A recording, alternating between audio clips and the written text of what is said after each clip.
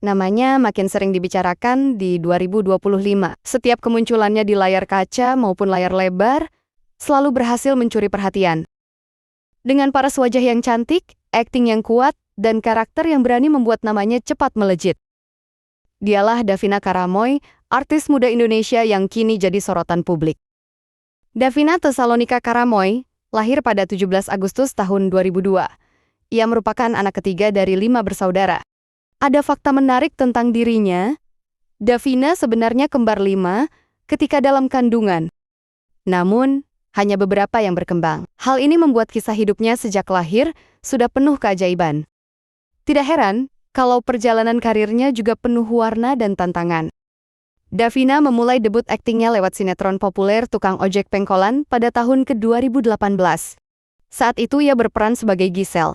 Meski hanya peran pendukung, penampilannya mencuri perhatian. Dari sinilah, langkah awal Davina di dunia hiburan dimulai. Ia kemudian merambah layar lebar seperti Mata Batin 2. Kamu tuh mirip kayak Abel, adikku. Dia juga punya mata batin yang terbuka seperti kamu. Davina Karamoy juga berperan dalam film Rumah Kentang. Besar banget ya, Ma. Ini untuk masak apa sih? Keberanian Davina mencoba berbagai genre membuatnya cepat dikenal sebagai aktris muda yang berbakat. Nama Davina semakin populer setelah ia tampil dalam film dan serial yang sukses besar.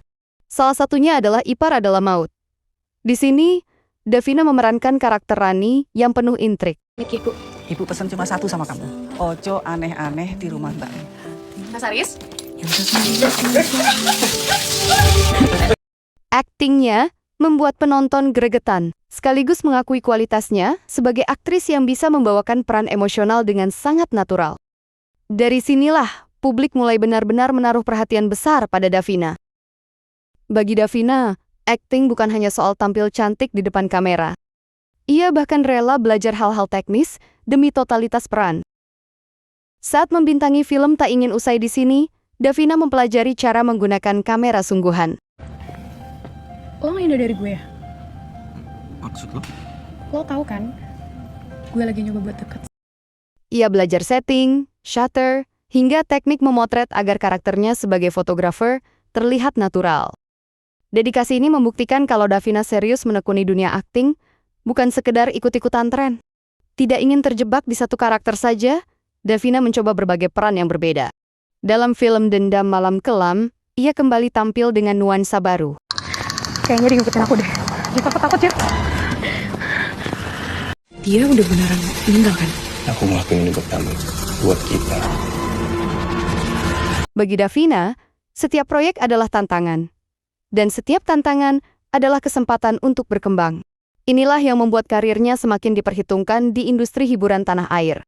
Di balik layar, Davina adalah pribadi yang mengasihkan dan berwawasan. Ia juga berpikir sederhana, pernah menyebut bahwa dirinya tidak ingin menikah dengan sesama artis atau anak band, melainkan lebih memilih pasangan dari kalangan pengusaha. Davina juga punya target menikah di usia 26 hingga 27 tahun.